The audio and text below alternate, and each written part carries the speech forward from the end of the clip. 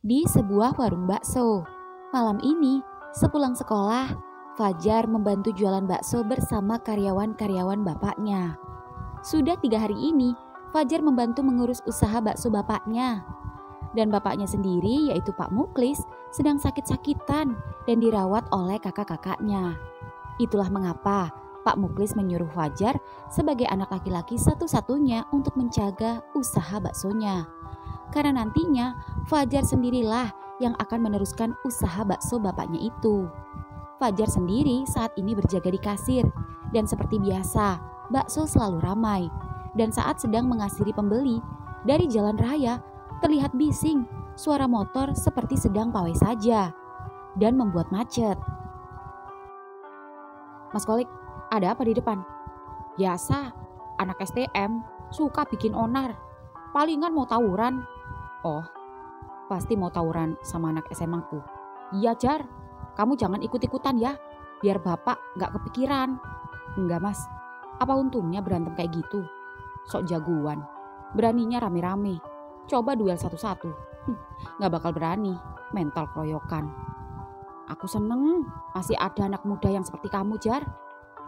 Banyak kok mas. By the way, kamu sudah punya cewek? Lah, Mas Ijan menepuk Kolik. Fajar gak suka cewek. Oh, sorry Jar, lupa. Gak apa-apa mas. Kalau begitu, kamu punya cowok? Kamu ini kepo, kerja. Anterin nih bakso yang di meja 9. Oh iya.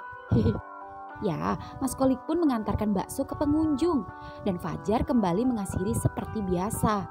Dan saat Fajar mengasiri, seorang bapak-bapak menghampirinya. Om Bagio?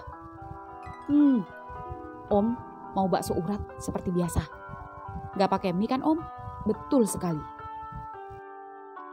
Sendiri saja om. Seperti biasa, istri om hanya sibuk arisan dan gak terlalu suka bakso. Sampai sekarang om bingung kenapa ada perempuan gak suka bakso. Padahal bakso itu salah satu makanan enak di dunia ini. Minumnya om, air putih saja. Oh iya, ada yang mau om sampaikan sama kamu. Baik om, silakan duduk dulu. Nanti saya antar sendiri. Ya, bapak-bapak bernama Om Bagio itu pun duduk. Mas Kolik, biar aku aja yang nganter. Nitip kasir bentar ya. Siap Jar. Ya, Fajar pun mengantarkan semangkok bakso juga air mineral lalu duduk bersama Om Bagio. Om sudah menengok bapakmu 2 hari yang lalu. Om rasa bapakmu memang sudah waktunya istirahat. Selain kondisinya yang sakit-sakitan, sudah waktunya ia menikmati masa tuanya dan menikmati waktu bersama cucu-cucunya. Sama seperti Om. Om juga sudah istirahat dan pensiun. Hanya saja belum punya cucu. Iya Om, Bapak juga sudah berpesan pada Fajar mengenai anak Om. Nah, ini yang paling Om mau omongin. Namanya Fajri, seusia kamu dan sama-sama kelas 3. Tapi dia benar-benar bandel. Om ingin memberi pelajaran dia. Jadi Om butuh bantuan kamu. Baik Om, Fajar akan bantu semampu Fajar. Terima kasih. Apa kalian saling mengenal? Itu karena sekolahnya berdekatan. Dan sekolah STM, anak Om dan sama SMA kamu hanya dipisahkan oleh sungai dan jembatan. Om kira kamu suka melihatnya. Karena anak Om suka bikin onar dan suka tawuran. Bahkan dengan anak-anak dari sekolah kamu. Fajar kurang tahu Om. Karena Fajar gak pernah ikut tawuran. Mungkin teman-teman Fajar yang lain yang tidak asing dengannya. Kalau dengan putri Om, apa kamu mengenalnya? Karena kalian satu sekolah. Putri Om juga murid di sekolahmu. Dan dia adik kelasmu. Ini fotonya. Oh, ini Vanda ya? Kamu mengenalnya? Tidak Om, tapi putri Om cukup populer di sekolah karena kecantikan dan kecerdasannya. Benar, saking cantiknya dan konon jadi rebutan di sekolahnya. Si Fajri sampai posesif betul dengan adiknya. Tapi lain kakak, lain adik. Keduanya jauh bertolak belakang. Om harap kamu bisa mengenal Vanda putri Om. Om titip dia. Baik Om. Om tenang saja. Saya akan anggap dia seperti adik saya sendiri. Dan ini foto Fajri, si bandel yang akan Om hukum melayani para pembeli bakso di sini. Seketika Fajar jadi terpesona oleh ketampanan anak sahabat bapaknya itu. Ya, kisah ini menceritakan Fajar, seorang anak tukang bakso yang suka bantu-bantu usaha bapaknya, yang akhirnya nanti bertemu dengan Fajri, anak teman bapaknya yang dihukum untuk magang menjadi karyawan bakso. Karena selama ini hanya malas-malasan dan terlalu manja. Pulang sekolah hanya nongkrong dan balap liar gak jelas. Dan malam ini di rumah Pak Bagio sendiri, setelah dari warung bakso Fajar, Pak Bagio sedang menunggu putra satu-satunya itu pulang. Sembari mondar-mandir, Pak Bagio bersiap-siap dengan membawa sapu di tangannya untuk Fajri. Adik perempuan Fajri yang bernama Vanda itu sudah mulai was-was. Takut-takut Pak Bagio akan memukul Fajri lagi, seperti yang sudah-sudah. Vanda pun buru-buru menghampiri bapaknya. Pak, sudah, biar Vanda yang kasih tahu abang. Anak itu harus dikasih pelajaran. Kalau cuma dikasih tahu, gak bakal berubah. Kebanyakan dimanja sama ibumu dulu, jadi begini. Tapi abang semakin dikasarin semakin berontak dan melawan, Pak. Bapak kan tahu dia, kalau dia itu keras kepala. Berani melawan bapak, bapak hapus nama dia dari kakak. Dan tak lama kemudian, sebuah moge baru saja tiba. Mbak sudah hafal kelakuan bapaknya yang hendak memukulnya. Fajri kembali menyalakan motornya dan hendak kabur. Namun baru saja motornya baru jalan sampai gerbang, sapu melayang. Abang! Seketika Vanda panik saat melihat abang beserta motornya jatuh akibat sabetan sapu lantai yang mengenai kepalanya. Seketika Vanda berlari dan dibantu security di rumahnya membantu mengevakuasi Fajri bersama motor kesayangannya yang sudah pasti lecet dan membuatnya jengkel. Rasakan itu, ucap Pak Bagio puas melihat anaknya terjatuh. Bang, abang gak apa-apa? Gak apa-apa gimana? Lihat, benjol, luka, berdarah nih, kaki gue. Bener-bener deh bapak, berkali-kali gue tawuran, kagak pernah sedikit pun gue kesentuh sama senjata tajam. Tapi kali ini, bisa-bisanya kesabet sama sapu lantai gara-gara bokap gue sendiri. Apes bener dah, mana motor gue lecet lagi. Mana besok nih motor pakai gue ngapel malam minggu. Udah bang, abang nurut aja sama bapak, nyerah. Gak usah balap liar, gak usah tawuran gak jelas. Sayangi nyawa abang, namanya juga hobi. Set. Bapak. Seketika Fajri panik saat melihat Pak Bagio memegangi dadanya sembari meringkuk kesakitan dan hendak ambruk. Fajri pun berlari menghampiri Pak Bagio dan set. Fajri berhasil menangkap Pak Bagio yang sudah tak sadarkan diri. Bapak! Bang, bapak kenapa bang? Bapak kenapa? Teriak Vanda panik. Gue juga gak tahu. Lo tenang. Pak, tolong telepon rumah sakit. Dan lo telepon ibu sekarang juga. Ya, tak lama kemudian ambulan datang dan Pak Bagio pun dibawa ke rumah sakit. Di rumah Fajar. Ya, di rumah Fajar sendiri setelah pulang dari warung bakso, Fajar langsung pulang dan berbincang-bincang dengan Pak Muklis di kamarnya. Gimana Pak, hari ini? Udah minum obat? Sudah nak. Kamu sendiri, bagaimana tadi di warungnya? Alhamdulillah, rame terus Pak, sampai kita kewalahan. Syukurlah. Bapak berharap kamu bisa menggantikan Bapak mengurus usaha Bapak itu. Iya Pak, Bapak tenang aja. Oh iya Pak, tadi Pak Bagio makan dan kita sempat ngobrol. Ah iya nak, Bapak harap kamu bisa berteman baik dengan putra Pak Bagio. Seperti Bapak bersahabat dengan bapaknya. Sejujurnya, dia anak yang baik. Hanya saja sedikit dimanja. Maklum, mereka keluarga berada. Berbeda seperti kita yang harus berjuang dari nol.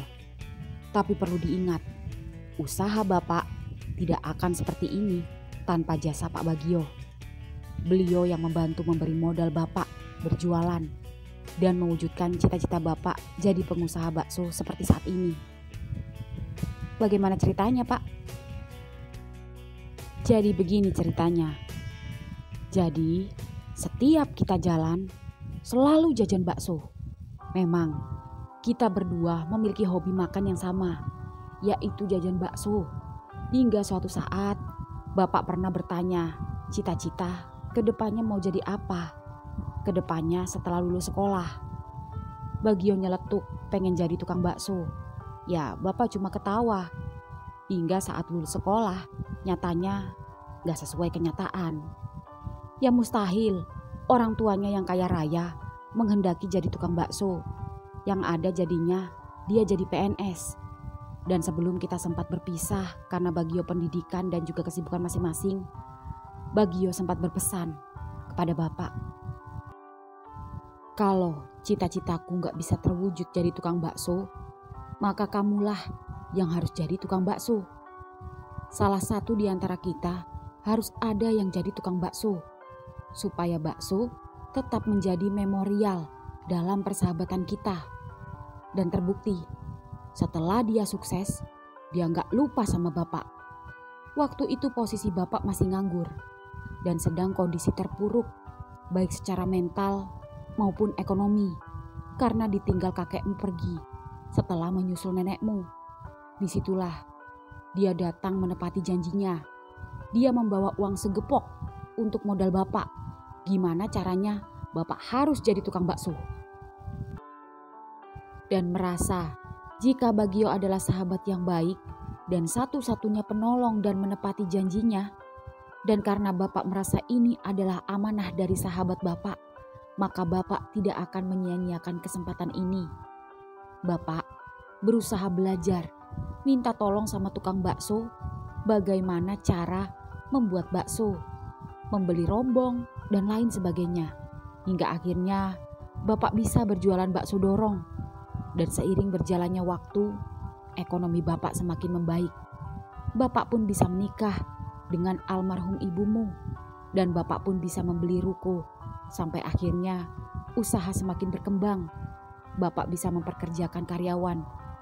Dan jadilah usaha bakso Bapak sampai memiliki karyawan. Sampai saat ini kamu yang menggantikan. Jadi seperti itu ceritanya. Iya nak. Bapak harap semoga kamu bisa berteman baik dengan Fajri seperti Bapak dan Pak Bagio sebelumnya. Iya Pak, Fajar akan membantu Fajri belajar. Ya sudah, istirahat sana. Kamu pasti capek. Besok harus sekolah. Dan satu lagi, kamu gak perlu selalu ke warung. Jika kamu memang benar-benar sibuk kegiatan di sekolah, Bapak mau kamu bantu Bapak mengawasi warung. Tapi jangan sampai mengabaikan sekolahmu nak. Iya Pak, Fajar mengerti. Di rumah sakit sendiri, Fajri terlihat panik menunggu kabar Pak Bagio yang masih dalam penanganan dokter langganannya dan masih menunggu di luar ruangan bersama Vanda dan ibunya. Dan begitu dokter keluar, "Dok, gimana bapak saya?" Kondisinya, sakit jantungnya kumat. Saya rasa Pak Bagio kecapean dan banyak pikiran dan mengalami stres berlebihan. Pak Bagio belum boleh pulang dan harus dirawat dulu. Baik dok, silakan. Ya, dokter pun mempersilahkan ketiganya masuk. Bapak, ucap ibu memeluk suaminya dan diikuti Vanda yang terlihat kesal menatap abangnya. Ini semua gara-gara abang. Bapak kayak gini gara-gara stres mikirin abang. Apa salahnya abang mengalah demi bapak, demi orang tua abang? Tapi abang anak STM. Keinginan bapak gak masuk akal. Ya kali gue biasa pegang mesin disuruh pegang pentol. Turun derajat gue. Fajri, kali ini ibu di pihak bapakmu. Selama ini ibu terlalu memanjakan kamu. Tapi kali ini ibu gak akan biarkan. Bu, kalau bapak pengen bikin usaha bakso, ya bikin aja. Bisa nyuruh orang, cari karyawan kek. Kenapa harus gue? Kalau kamu merasa membutuhkan orang tua, duit masih minta orang tua, apa-apa dari orang tua, dan masih mau dianggap keluarga, turuti kemauan bapakmu. Dek. Iya, gue turutin. Puas, ucap Fajri langsung pergi. Abang, kemana? Biarkan saja dia, yang penting dia mau menuruti keinginan bapak, meskipun dengan terpaksa. Ya, Fajri sendiri kini menelpon temannya dan tak mau pulang. Sembari menunggu temannya di depan rumah sakit, Fajri ngedumel sendiri. Oh gitu? Kalau bapak gak ikhlas apa-apa dari orang tua, ya kenapa gue dilahirkan? Kenapa gak digugurin aja? Atau enggak, kenapa gue gak dibuang aja ke sungai waktu bayi? Bukannya sudah kewajiban bapak sebagai orang tua merawat anaknya? Kalau aku jadi orang tua, punya anak yang gak tahu balas budi dan gak tahu diri kayak gitu, sudah kubuang ke empang biar jadi santapan lele. Seketika suara cowok berjalan dari samping terdengar seolah menanggapi ucapannya. Siapa lo? Lo ngomongin gue ya? Kurang ajar, teriak Fajri hendak mengejar cowok itu. Namun baru saja mengejar, motor Fendi temannya datang. Fajri, mau kemana lo? Ayo! Fajri pun urung mengejar dan kembali menghampiri, naik ke motor temannya. Dan begitu motor hendak jalan, cowok tadi sempat menoleh dan ting, mengadipkan mata pada Fajri yang membuat Fajri kesal dan jijik. Gue tandain muka lo, sampai ketemu lagi, abis lo, ucap Fajri yang membuat Fendi bertanya-tanya. Siapa? Bukan siapa-siapa, jalan. Ya, dan ketika motor jalan, lagi-lagi Fajri membatin dalam hatinya. Lihat aja, kalau gue udah bisa cari duit sendiri, gue bakal cabut dari rumah. Di rumah sakit, Fajar, ya ampun, malam-malam nak. Gak apa-apa tante, baru saja pulang tutup warung. Lalu pas pulang habis ngobrol bentar sama bapak, dan sempat denger bapak nelpon sama om dan tante yang angkat. Bapak kaget dan nyuruh Fajar kesini. Oh iya nak. Bagaimana om bisa jatuh? Ya, istri Pak Bagio itu pun menceritakan kejadian yang sesungguhnya. Sampai Fajar yang mendengarnya ikut kesal. Jadi begitu? Oh iya, ini adik Fajri, Vanda. Kakak yang biasa nongkrong di studio musik.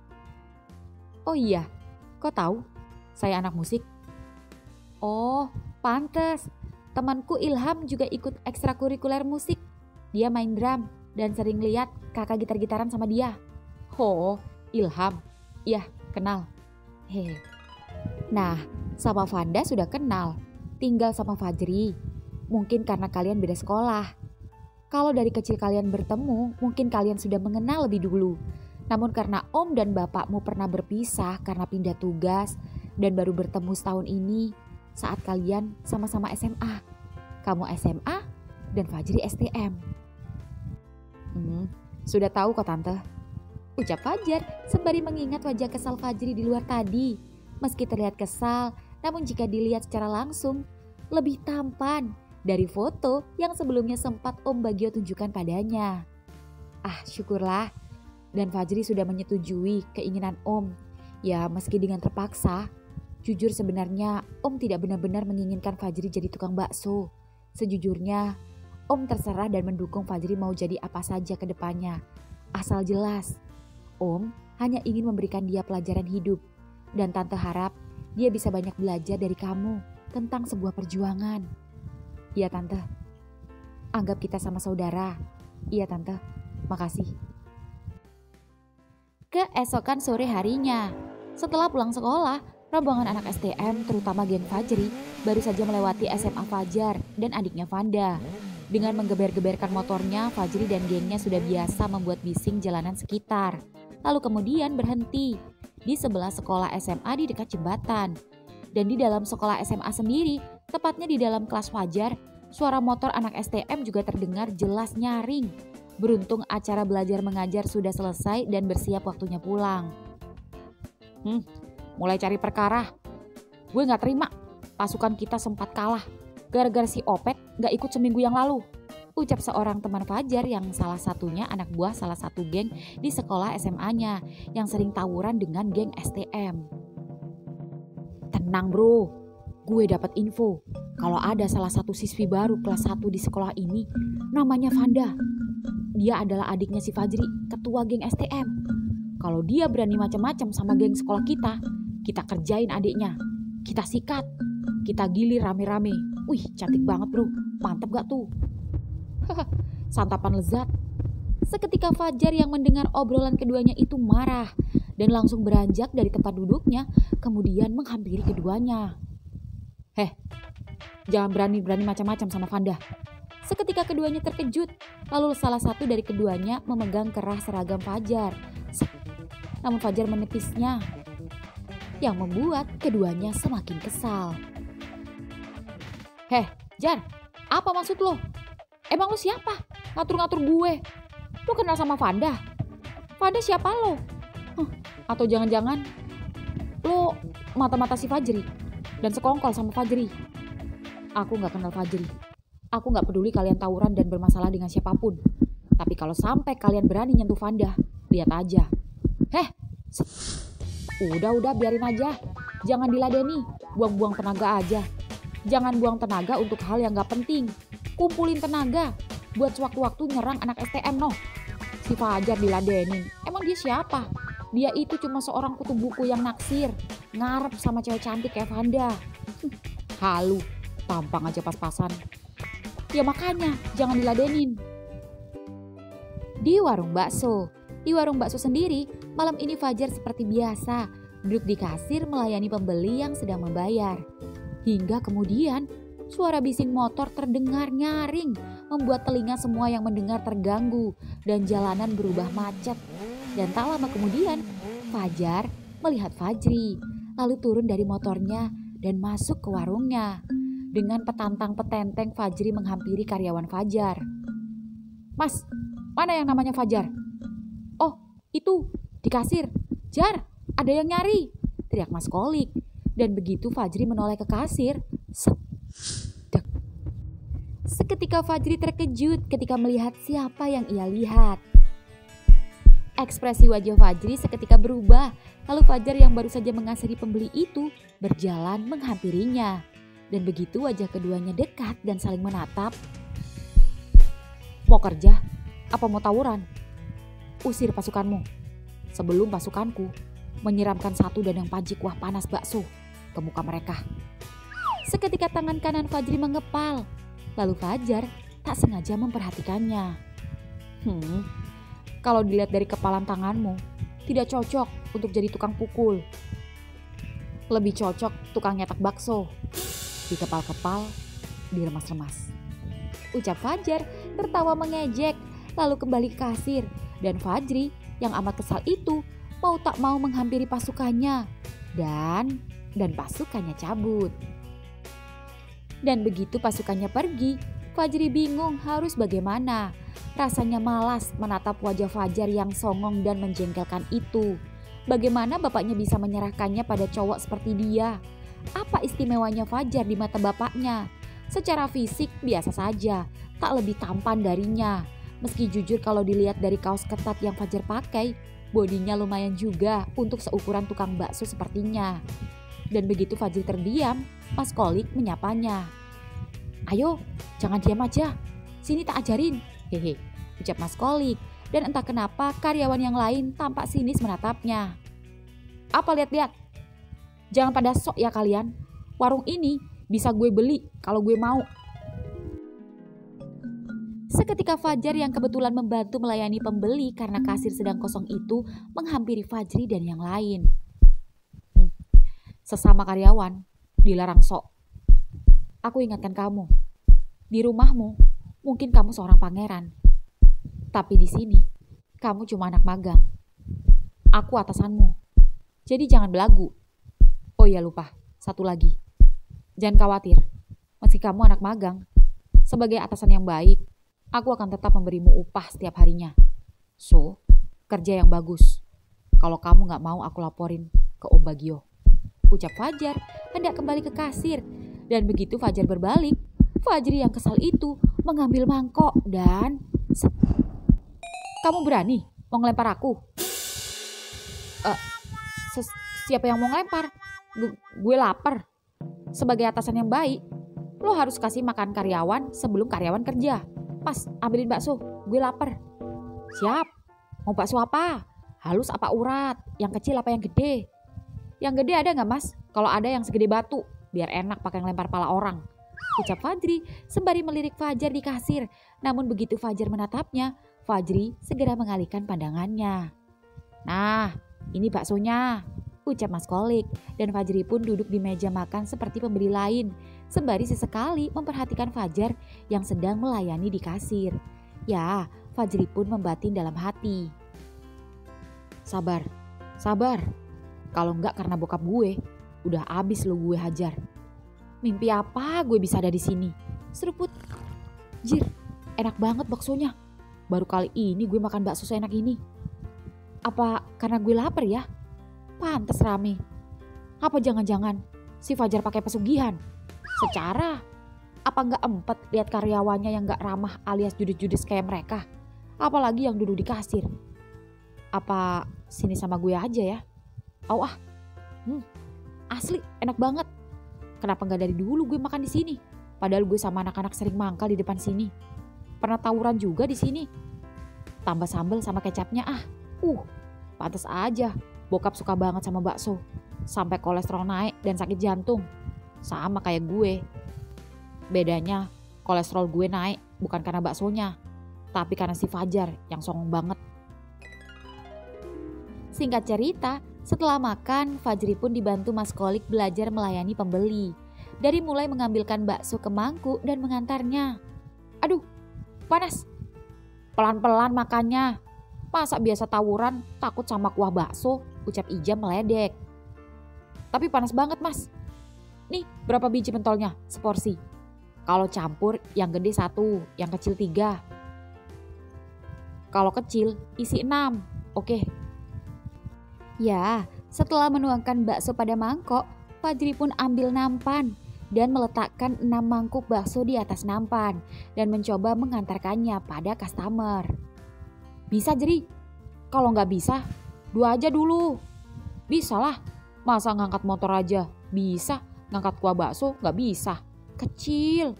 Dan begitu Fajri menuruni 2 anak tangga kecil,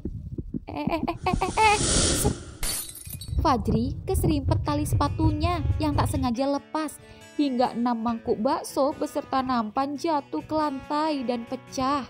Ulah Fajri itu membuat semua jadi memperhatikan Fajri. Fajri panik apalagi ketika Fajar memperhatikannya.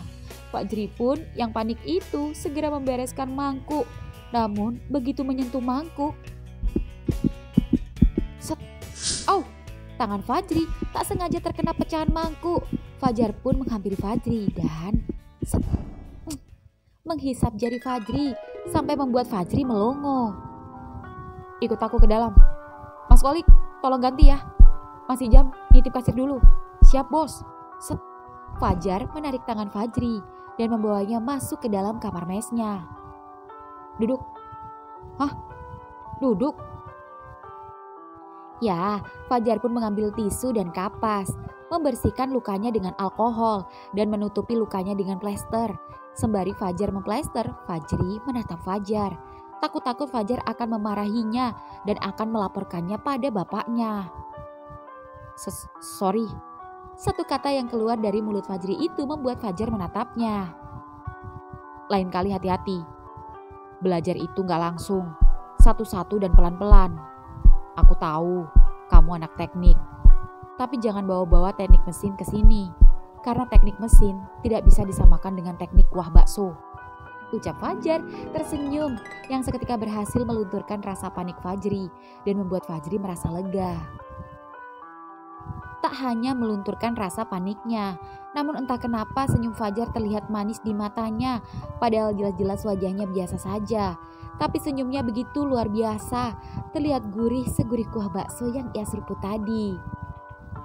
Hello, kok ngelamun? Sorry, hehehe. Kembali kerja. Iya, ucap Fajri jadi gugup, lalu keluar mengikuti Fajar kembali ke warung. Merasa ada yang aneh dan tak biasa, Fajri pun membatin dalam hatinya. Kenapa jantung gue deg-degan ya? Tapi gak sakit. Masa gue sakit jantung kayak bapak? Atau jangan-jangan enggak ngaco. Sekalipun di STM temen gue banyak yang belok, tapi gak mungkin untuk gue. Gue udah punya cewek. Gila apa? Gue suka cowok. Amit-amit. Ya, Fajri pun kembali belajar ditemani Mas Kolik dan yang lain. Kamu jangan nganter dulu ya. Kamu belajar nerima order sama nuangin bakso dulu ke mangkok. Lawang tadi aja masih tumpah-tumpah nuanginnya. Sambil ngafalin perbaksoan dulu. Mana bakso urat, bakso halus, bakso mercon, dan berapa-berapa nuanginya. Ya Mas. Singkat cerita, waktu sudah menunjukkan pukul 11 malam. Waktunya warung bakso tutup. Semua karyawan pun mulai berberes. Tak terkecuali Fajri yang terlihat sedang merapikan kursi-kursi dan meja. Dan ketika Fajri merapikan kursi, Fajar memperhatikannya sembari merapikan uang hasil jualan. Dan saat merapikan hasil jualan, HP-nya berbunyi. Om Bagio menelponnya. Ya Om, bagaimana hari pertama dia di sana? Apa merepotkan Nak Fajar? Oh, enggak kok Om. Hari pertama lumayan mengasyikan. Bahkan tadi sudah Fajar suruh pulang jam 9 tadi, tapi dia malah bertahan sampai warung tutup. Dan sebentar lagi pulang. Syukurlah, Om suka dengarnya. Oh ya Om, gimana keadaannya? Udah di rumah apa masih di rumah sakit? Om masih di rumah sakit, tapi keadaan Om sudah membaik. Lebih baik lagi jika melihat Fajri berubah jadi lebih baik. Cepat sembuh Om. Terima kasih Nak Fajar. Sama-sama Om, ucap Fajar menutup telepon. Jar, mana uang daging sapinya? Aku mau ke pasar sekarang. Udah dibawa sama Mas Ijam Mas. Oh ya udah. Tak lama kemudian, setelah warung tutup, suara anak motor kembali datang. Pasukan Fajri sepertinya menjemputnya. Fajri seketika terlihat panik dan memperhatikan Fajar. Dan setelah semua keluar dari warung, Fajar menghampiri Fajri. Fajri, ini upahmu. 100.000, cuma segini. Fajar menatap datar. Sorry. Oke. It's okay. Hehe. Gue balik ya. Besok gue kesini lagi ya. Bye. Tunggu. Ya. Aku harap setelah dari sini kamu langsung pulang. Dan jangan motor-motoran. Kenapa gitu, Jar? Emang lu siapa? Bokapnya? Sok ngatur-ngatur hidupnya. Ucap Fendi hendak menonjok. Fen, tenang. Ucap Fajri menahan. Aku memang bukan bokapnya. Tapi sekarang aku jadi kaki tangan bokapnya. Jadi aku mau kamu jaga kesehatan. Jangan begadang. Karena sebagai bos, aku butuh karyawan yang sehat, cekatan, dan gak ngantuan. Yang bisa berpengaruh pada jualanku. Ingat, jarimu masih belum kering. Jangan sampai kamu menghancurkan mangkok-mangkok baksoku yang membuat aku merugi. Ngerti? Ucap Fajar menaiki motornya. Dan motornya pun jalan. Gila, kita bakar aja yuk nih warung. Oh, bubar-bubar. Gue ngantuk. Ih, kita ditantang balap sama STM kebun pisang. Ah, males, capek gue. Lihat jari gue. Kena beling sama kuah panas dandang bakso. Ya elah, biasa pakai bogem, masa kena kuah bakso aja lebay loh. Serius, jualan bakso lebih capek daripada balap liar atau tawuran. Ya udah, ayo balapan. Daripada balapan, mending lo pada cariin gue tukang pijet deh. Pinggang gue pengen diurut, encok banget. Ayo, bubar-bubar. Keesokan harinya, sore hari kemudian, di jembatan di depan STM, teman Fendi baru saja datang.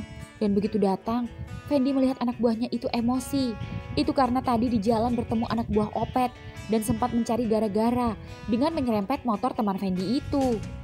Gawat Fen, Fajri mana? Gue tadi diancam sama anak buah si Opet. Gara-gara kemarin anak buah kita sempat baku hantam sama adiknya Opet yang sempat luka. Dan parahnya, gue tadi lihat Vanda dibawa Opet naik motor. Apa? Jalan.